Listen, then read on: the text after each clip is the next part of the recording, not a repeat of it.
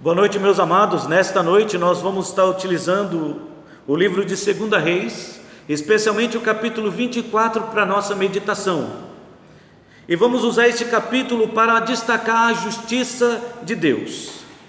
Porque quando nós lemos este capítulo 24 de 2 Reis, se torna evidente que a mão de Deus estava pesando sobre a vida do seu povo. Deus havia escolhido a nação de Israel. Deus havia libertado essa nação da escravidão do pecado, ou da escravidão do Egito. Deus havia conduzido e protegido durante toda a peregrinação no deserto. Deus havia estabelecido a nação de Israel na terra prometida. E mesmo assim, depois de todas as maravilhas que Deus realizou em favor desse povo, apesar disso tudo, o que ele recebeu em troca foi a ingratidão, a indiferença, a rebelião. Foi exatamente o que Deus recebeu em troca. Mas agora chegou a hora do acerto de contas, o juízo de Deus, e é exatamente o que descreve esse texto. E este juízo de Deus sobre a nação de Israel pode ser resumido em 3 versos, do versículo 3 até o versículo 4. E eu convido você a acompanhar a leitura deste texto comigo. 2 Reis, capítulo 24, apenas os versículos 2 a 4, onde de forma resumida nós entendemos que se encontra a mensagem de Deus para as nossas vidas nesta noite, destacando o juízo de Deus. Diz assim a palavra do nosso Deus: enviou o Senhor contra Joaquim bandos de caldeus e bandos de sírios e de moabitas e dos filhos de Amon. Enviou-os contra Judá para os destruir, segundo a palavra que o Senhor falara pelos profetas, seus servos.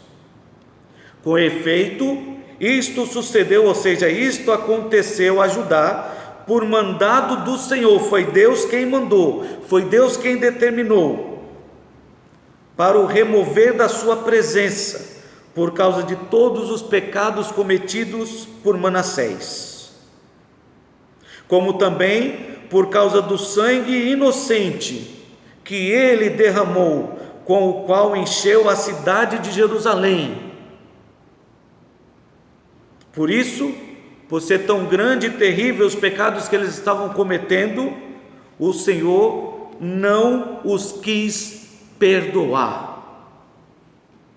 Então, tendo lido, eu espero que você entenda que aqui está a descrição do juízo de Deus, a mão de Deus pesando sobre a vida do seu povo, e as razões pelas quais isso estava acontecendo. Então, olhando para esse texto, e se tratando do juízo de Deus, há 3 fatos que nós precisamos entender sobre o juízo de Deus, que é importante para a minha vida e para a sua vida. O primeiro fato que nós precisamos entender sobre o juízo de Deus é que o juízo de Deus, ele é certo. Em outras palavras, o juízo de Deus, ele não falha. Há um ditado que diz que o juízo de Deus tarda, mas não falha. Mas nós entendemos que isso não é verdade, porque o juízo de Deus, ele não tarda, ele acontece na hora exata. Quando Deus determina, como bem descreve aqui o texto, isto aconteceu segundo o mandado do Senhor. Foi Deus quem determinou a hora e o que estava para acontecer. Então o juízo de Deus, ele não falha, ele é certo, seguro. E você pode notar isso no versículo 2, quando diz assim: enviou o Senhor contra Joaquim bandos de caldeus, bandos de sírios e de moabitas e dos filhos de Amon, enviou-os contra Judá para os destruir, segundo a palavra que o Senhor falara pelos profetas, seus servos. Segundo a palavra que o Senhor falara, segundo a palavra de Deus, ou seja, a palavra de Deus estava se cumprindo, porque bem sabemos que a palavra de Deus não apenas não volta vazia, mas ela se cumprirá por completo. É o que nos garante a sua palavra. Bem diz Isaías 51, versículo 6, que a justiça de Deus não falha. ela jamais será anulada pela vontade do homem ou por qualquer pessoa que seja. Isaías 51:6, bem diz assim a palavra do nosso Deus: levantai os olhos para os céus e olhai para a terra embaixo, porque os céus desaparecerão como a fumaça, e a terra envelhecerá como um vestido, e os seus moradores morrerão como um mosquito, mas a minha salvação durará para sempre, e a minha justiça não será anulada, nunca jamais vai falhar. A justiça de Deus, ela não falha. Precisamos ficar atentos quanto a isso, porque não podemos agir para com Deus com descaso, achando que Deus não está vendo ou que Deus não vai fazer nada. Lá no livro de Abacuque, do profeta Abacuque, o povo de Israel se deparou com essa situação. Eu não vou ler esse texto, mas depois você pode ler com atenção. Abacuque levanta duas questões. A primeira é porque Deus estava permitindo que a maldade se propagasse de maneira tão grandiosa, ou seja, ela continuasse crescendo no meio do seu povo. Então Deus responde dizendo que ele não se preocupe, porque a justiça virá, não vai falhar. Deus vai mandar os caldeus, como prometeu aqui, para destruir, repreender, disciplinar a sua nação. Então surge a segunda pergunta: por que Deus vai mandar uma nação menos justas ou menos justa, um povo mais ímpio, para corrigir o povo de Deus? Porque só assim o povo de Deus vai enxergar que Deus não está contente com a sua atitude. Deus, ele é justo, ele traz um alerta para o seu povo, mas o povo de Deus muitas vezes não quer ouvir a mensagem do Senhor. E era exatamente o que estava acontecendo aqui. Chegou um ponto que Deus disse: já está no limite. Então Deus começou a desferir o seu juízo sobre a nação de Israel, a castigá-lo e a repreendê-lo, sem falha, no tempo certo determinado pelo Senhor, porque o juízo de Deus, ele é certo, seguro. Quando Deus promete, acontece. E você pode notar isso abrindo lá em Sofonias, um livro que não é muito usado nos dias de hoje, talvez poderíamos dizer esquecido.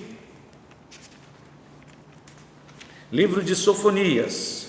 Mas o profeta, é claro, ele estava alertando a nação de Israel, proferindo a mensagem de Deus, e Deus disse: segundo a minha palavra dita pelos meus profetas, os meus servos, eu estou cumprindo a minha palavra. Engana-se quem acha que ela não ia se cumprir, mas está se cumprindo. Sofonias, capítulo 3,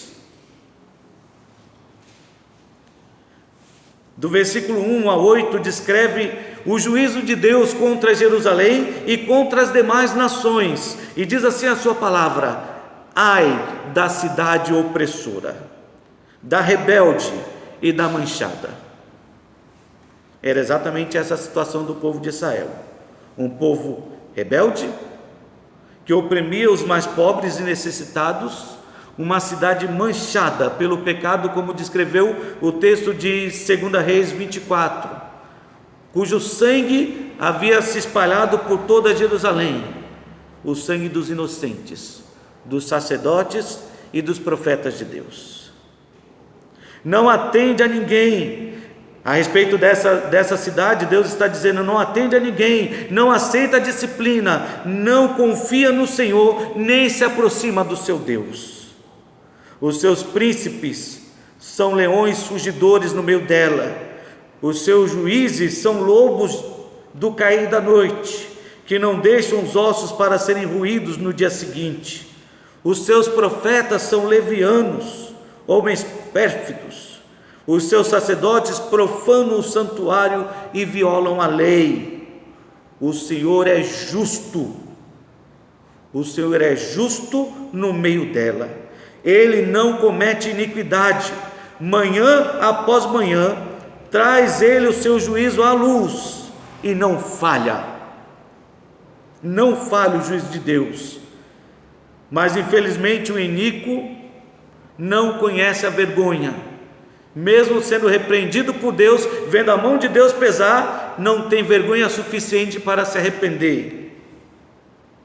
Exterminarei as nações as suas torres estão assoladas. Fiz desertas as suas praças, a ponto de não haver quem passe por elas.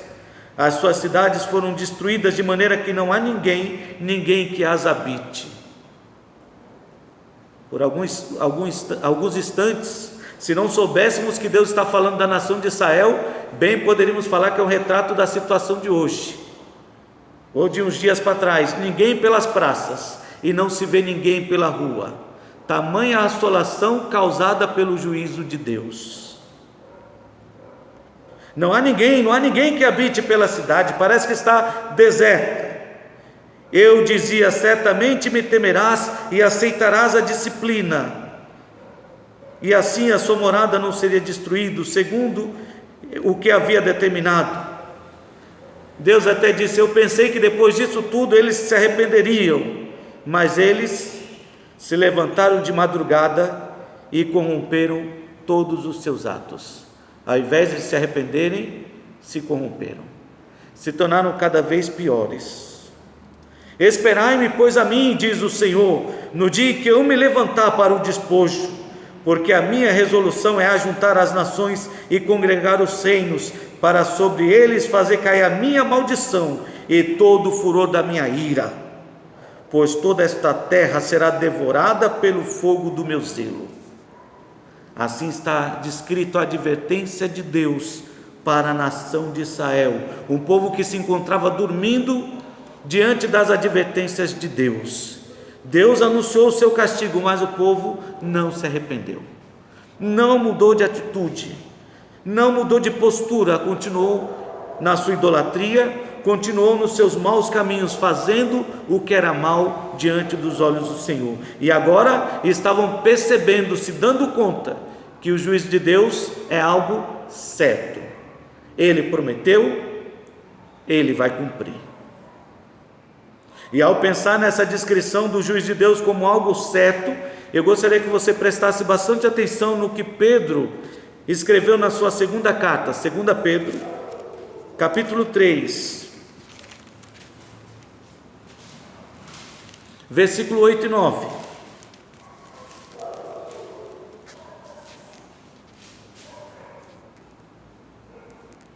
E é interessante que a introdução se encaixa perfeitamente na nossa mensagem, porque há todavia uma coisa, amados, que não deveis esquecer, não esqueça disso, que para o Senhor um dia é como 1000 anos, e 1000 anos como um dia. Deus não está limitado pelo tempo e espaço, Ele é atemporal, Ele enxerga todas as coisas como se fosse um eterno agora. Aquilo que para nós é passado, aquilo que para nós é presente, aquilo que para nós é futuro, para Deus é como se fosse uma coisa só, um dia apenas. Então não se iluda achando que Deus se esqueceu, não se iluda achando que não vai acontecer, porque o texto continua dizendo: não retarda ao Senhor a sua promessa, como alguns a julgam demorada. Pelo contrário, Ele é longânimo para convosco, não querendo que nenhum pereça, senão que todos cheguem ao arrependimento. Não se iluda, Deus não retarda a sua promessa, não está demorando, ela não é tardia. E é claro que a promessa de Deus aqui não está se referindo apenas a coisas boas, porque tem pessoas que gostam, daquele livrinho de promessas, aquela bolsinha, aquele baú, preciosas promessas, só que não entende que na palavra de Deus não há só promessas boas, há promessas ruins também.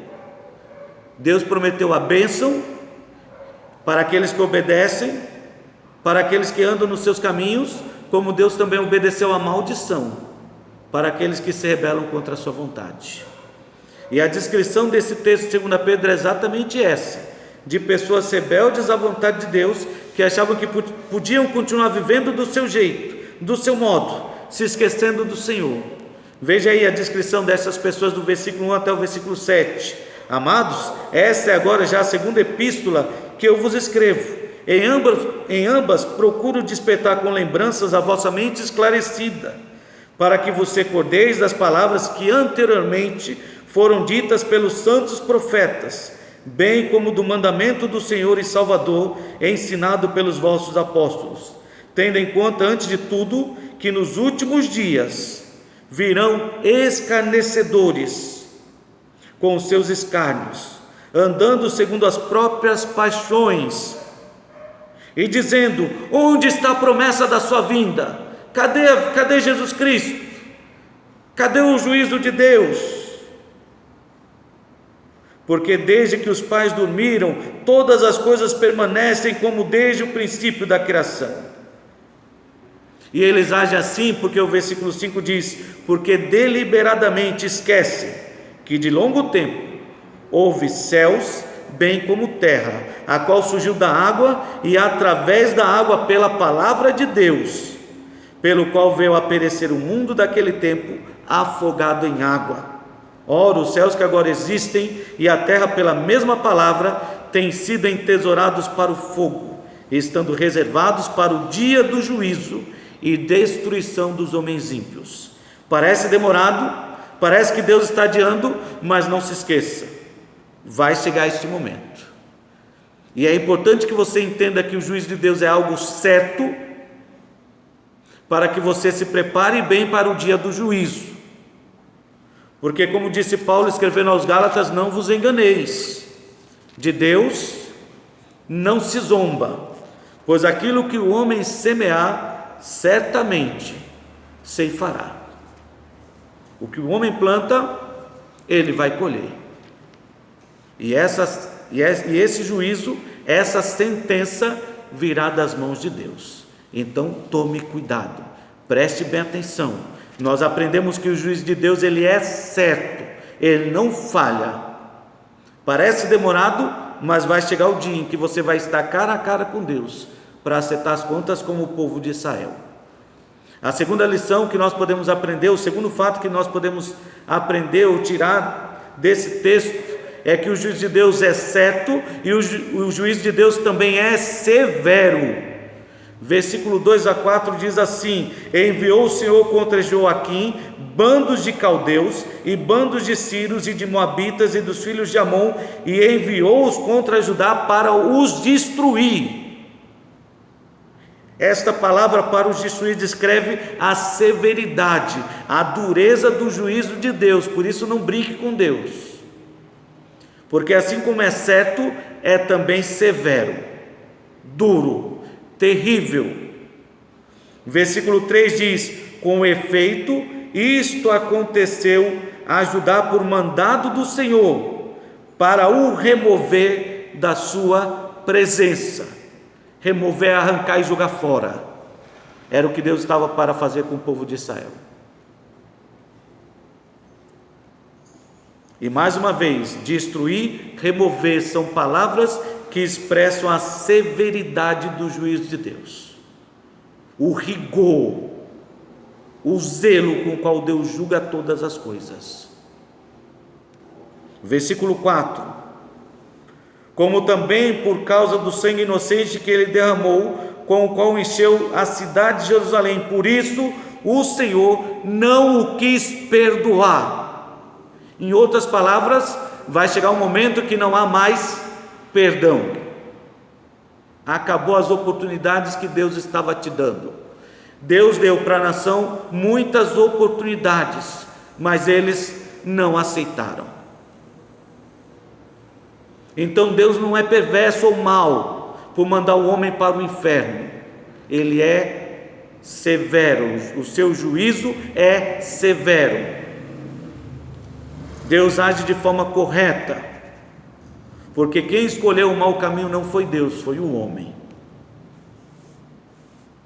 E bem diz o autor de Hebreus: horrível coisa é cair nas mãos do Deus vivo. Não brinque. Olhe lá, observe esse texto de Hebreus. Observe comigo Hebreus capítulo 10. Eu quero ler com você a partir do versículo 26 até o 31.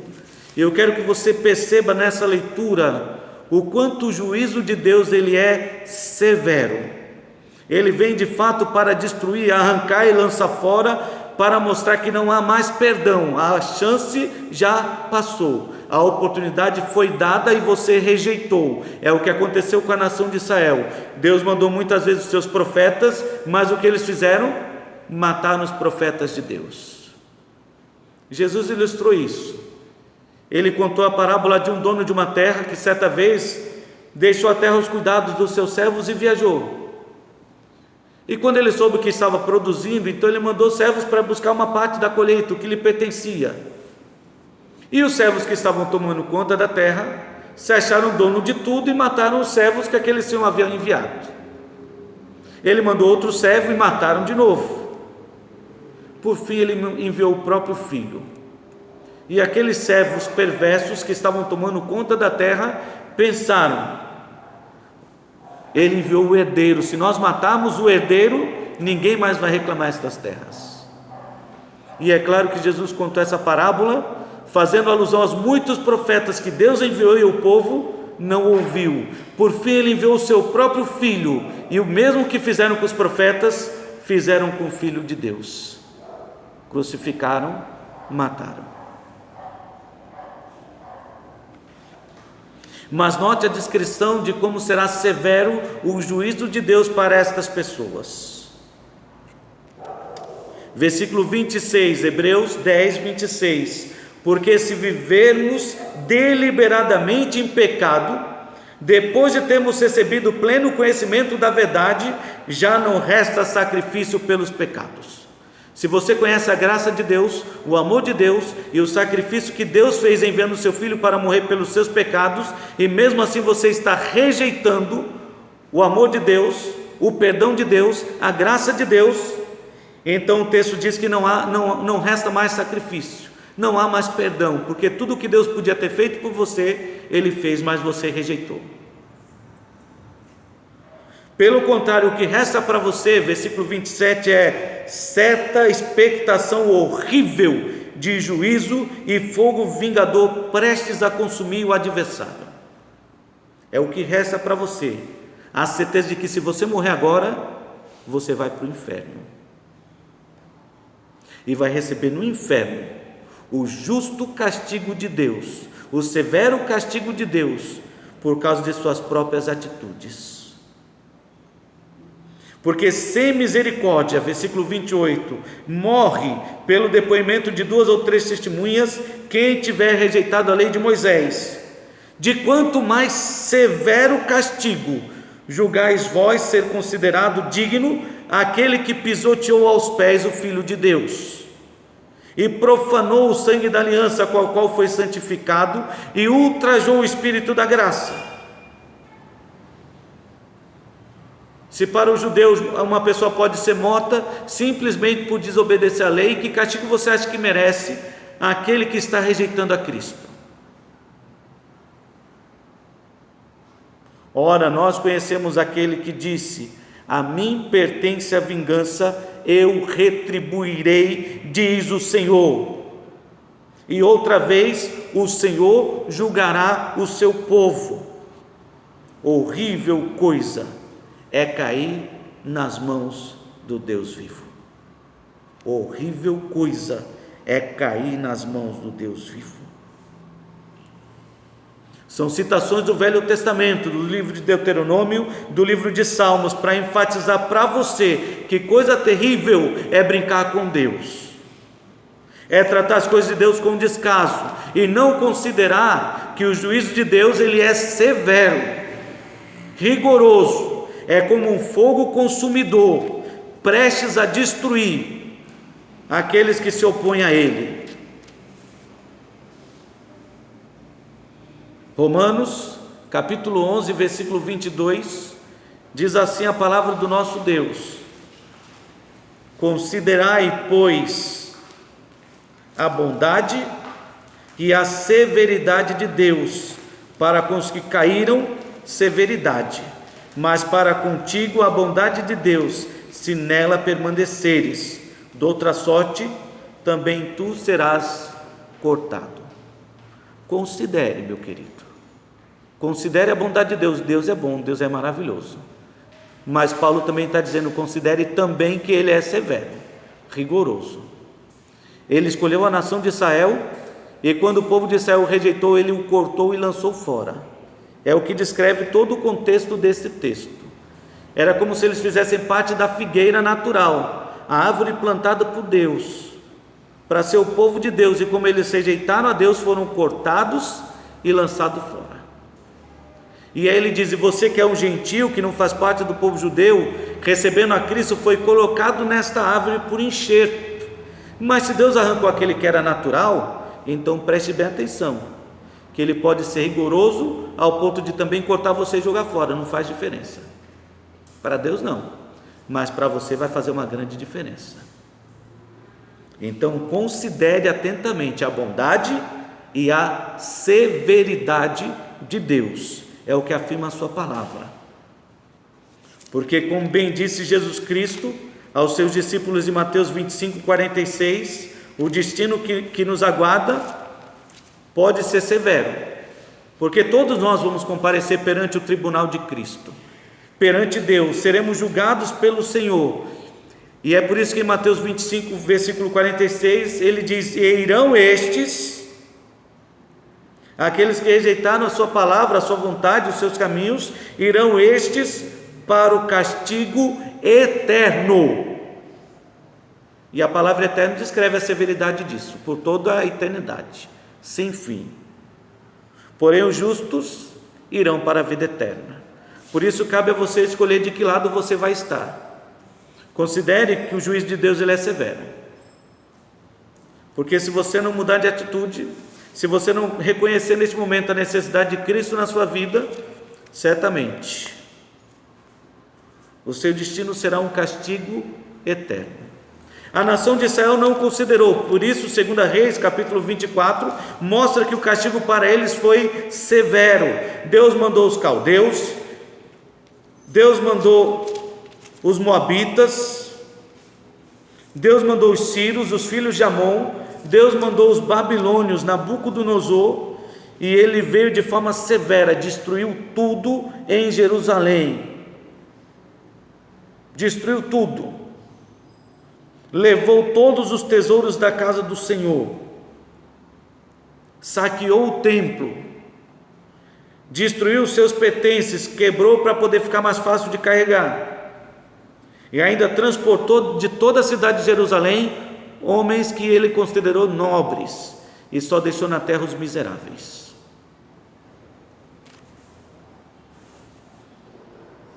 Por isso considere o juízo de Deus. O juízo de Deus ele é certo, ele é severo, e o juízo de Deus também é, como eu disse, há 3 fatos sobre o juízo que nós precisamos entender nesta noite. É que ele é certo, ele é severo e ele é justo. O juízo de Deus ele é justo. Por que digo que ele é justo? Porque o versículo 3 diz que Deus fez o que fez, destruiu, removeu, deixou sem perdão, por causa dos próprios pecados cometidos pelo rei Manassés e pela nação, pela gravidade do mal que eles praticaram. Veja aí versículo 3 e 4, com efeito, significa que foi por causa disto que sucedeu a Judá por mandado do Senhor, que ele o removeu da sua presença, por causa de todos os pecados cometidos por Manassés, como também por causa do sangue inocente que ele derramou, com o qual encheu a cidade de Jerusalém. Por causa disso, o Senhor não o quis perdoar, não quis perdoar nem a Manassés, nem a sua nação. Então o juiz de Deus ele é justo, porque Deus considera o homem responsável pelas escolhas que ele faz. O homem é responsável pela escolha que ele faz. Deus não condena inocentes, mas também não inocenta os pecadores. A sua palavra nos diz isso de forma muito clara, sobre o justo juízo de Deus. Ele tem motivos para condenar os homens, e não há ninguém que possa se dizer inocente diante de Deus. Romanos capítulo 2 Diz até que o homem é indesculpável, não tem desculpa, porque Deus sonda os corações, conhece os nossos pensamentos e sabe profundamente quem nós somos.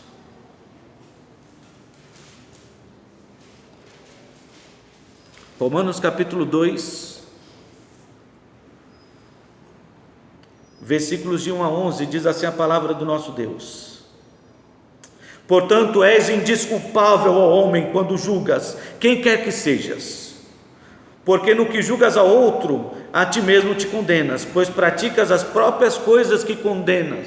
Ele está mostrando o coração do homem, que tem a habilidade de apontar o dedo para o erro dos outros, para descrever o erro dos outros como algo grave, mas no mesmo erro que eles estão cometendo, o mesmo erro que cometem. Bem sabemos, versículo 2, que o juízo de Deus é segundo a verdade contra os que praticam tais coisas. Tu, ó homem, que condenas os que praticam tais coisas e fazes as mesmas, pensas que te livrarás do juízo de Deus? Ou desprezas a riqueza da sua bondade e tolerância e longanimidade, ignorando que a bondade de Deus é que te conduz ao arrependimento? Mas segundo a tua dureza e coração impenitente, acumulas contra ti mesmo ira para o dia da ira e da revelação do justo juízo de Deus. Deus manifesta a sua bondade, chamando você para o arrependimento, para uma mudança de vida. Mas ao invés de aceitar o convite de Deus, o versículo 5 nos diz que é você mesmo que, segundo a dureza do seu coração, esse coração impenitente que não se arrepende, é que acumula para si mesmo ira para o dia da ira e do justo juízo de Deus. Então fica claro que o motivo pelo qual somos condenados não é porque Deus é rigoroso demais, é porque o nosso coração que é duro demais. O povo de Israel teve a oportunidade de se arrepender e não se arrependeu, e agora estava colhendo exatamente aquilo que plantou: a ira de Deus. Provocaram a Deus a ira, e se você ler 2 Reis, você vai notar que essa expressão se repete por praticamente todo o livro. Provocaram o Senhor a ira, fizeram isso para provocar o Senhor a ira, fizeram isso para provocar a ira de Deus, e agora estão colhendo a ira de Deus. O justo juiz de Deus, o justo juiz de Deus, versículo 6, que retribuirá a cada um segundo o seu procedimento. A vida eterna aos que, perseverando em fazer o bem, procuram glória, honra e incorruptibilidade, mas a ira e indignação aos facciosos, que desobedecem à verdade e obedecem à injustiça. Tribulação e angústia virão sobre a alma de qualquer homem que faz o mal, ao judeu primeiro e também ao grego. Glória, porém, honra e paz a todo aquele que pratica o bem, ao judeu primeiro e também ao grego, porque para com Deus não há acepção de pessoas. Deus vai julgar todos de forma equilibrada, de forma igual, de acordo com o seu justo juízo, como bem declarou o Senhor Jesus Cristo no Evangelho de João. Evangelho de João, capítulo 5. Ele nos descreve até que há uma maneira de fugir do juízo de Deus. Evangelho de João, capítulo 5, versículo 24, ele começa com aquela afirmação costumeira que diz: em verdade vos digo. Pode acreditar, pode confiar, o que eu estou dizendo para você é a verdade. Em verdade vos digo, quem ouve a minha palavra e crê naquele que me enviou, não entra. Crê naquele que me enviou, tem a vida eterna, não entra em juízo, mas passou da morte para a vida. Quem crê na palavra de Deus e recebe Jesus como seu Salvador, tem a vida eterna, não será mais condenado, não entrará mais em juízo, porque já passou da morte, de receber a morte como sentença, para receber agora a graça de Deus, pela graça de Deus, a vida eterna. Em verdade vos digo que vem a hora, e já chegou, e que os mortos ouvirão a voz do Filho de Deus, e os que a ouvirem viverão. Porque assim como o Pai tem vida em si mesmo, também concedeu ao Filho ter vida em si mesmo, e lhe deu autoridade para julgar, porque é o Filho do homem. Não vos maravilheis disto, porque vem a hora em que todos os que se acham nos túmulos ouvirão a voz e sairão. Os que tiverem feito o bem de crer e receber a Cristo, estes sairão para a ressurreição da vida. Os que tiverem praticado o mal de rejeitarem a Cristo e a verdade da sua palavra, para a ressurreição do juízo. Eu nada posso fazer de mim mesmo, na forma porque ouço, assim julgo, e o meu juízo é justo, porque não procuro a minha própria vontade, e sim a vontade daquele que me enviou. O juízo é justo, e foi declarado colocando o homem condenado pelos seus próprios atos.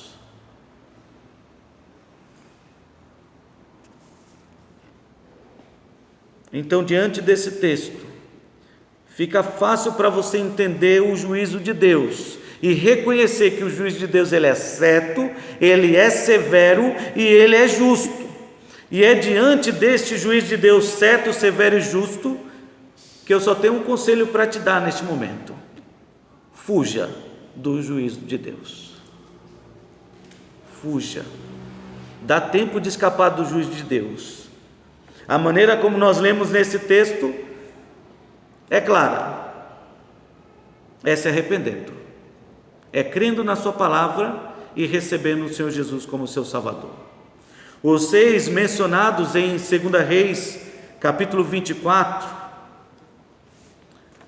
Joaquim, Matanias ou Zedequias, eles tiveram um bom exemplo. O rei Josias, eles foram criados num berço de ouro, eles tiveram a chance de se arrepender, mas eles escolheram fazer o que era mal perante o Senhor. Você pode ver isso em 2 Reis 23, 37, falando do rei Joaquim. Você pode ver no capítulo 24, versículo 9, falando de Joaquim, e pode ler no versículo 19, falando do rei Zedequias.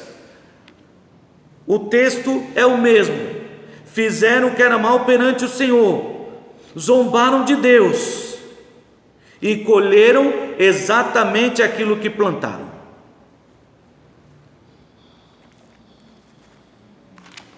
Por isso, para encerrar a mensagem de hoje, reforçando tudo isso que acabamos de ouvir, eu peço que você abra a sua Bíblia em Naum, profeta Naum.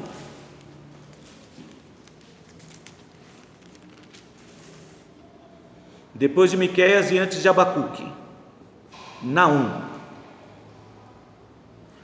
capítulo 1, versículo 3 e 4. É necessário que fique gravado na sua mente e no seu coração que é importante para você fugir do juízo de Deus, se arrepender enquanto é tempo, buscar a sua face enquanto Ele está perto, clamar pelo seu socorro e a sua salvação, crendo que Jesus Cristo é a solução para a sua vida. Porque do contrário, não haverá para você escapatória. O juízo será certo, severo e justo. Você vai receber exatamente o que você merece. Naum, capítulo 1, versículo 2 e 3 diz assim: o Senhor é Deus zeloso e vingador. O Senhor é vingador e cheio de ira.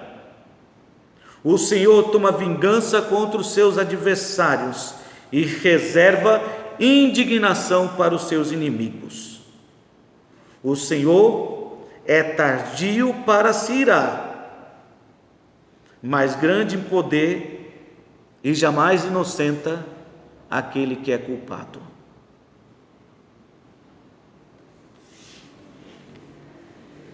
O Senhor é até tardio para se irar, Ele é longânimo esperando que você seja salvo,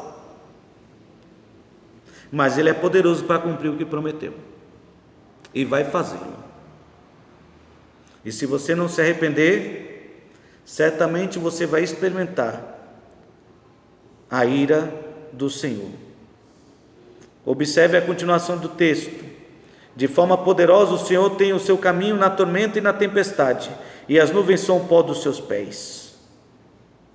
Ele repreende o mar e faz secar, e mingua todos os rios, desfalece em Bazã e o Carmelo, e a flor do Líbano se murcha. Os montes tremem perante ele, e os outeiros se derretem, e a terra se levanta diante dele, sim, o mundo e todos que nele habitam. Quem pode suportar a sua indignação? E quem subsistirá diante do furor da sua ira? Você acha que dá para escapar? Se o monte treme, se o mar se seca, a sua cólera se derrama como fogo, e as rochas são por ele demolidas. Então fuja, ainda dá tempo. Aqueles 6 tiveram a chance, a oportunidade dada por Deus, mas escolheram fazer o que era mal perante o Senhor. Você tem a chance nesta noite de ouvir a sua palavra e escolher fazer aquilo que é certo, como fez Josias, que se arrependeu, que se voltou para Deus e deu valor à casa de Deus, à palavra de Deus e à vontade de Deus, como fez o rei Davi, o homem segundo o coração de Deus. Mas eu não posso tomar essa decisão por você. Apenas dizer para você: não brinque, porque de Deus não se zomba. Aquilo que você está semeando hoje, andando longe dos caminhos de Deus, certamente você irá colher. Que Deus continue tendo misericórdia da sua vida, e que você ainda encontre tempo para se aproximar de Deus, fugir do seu juízo. Que Deus nos abençoe.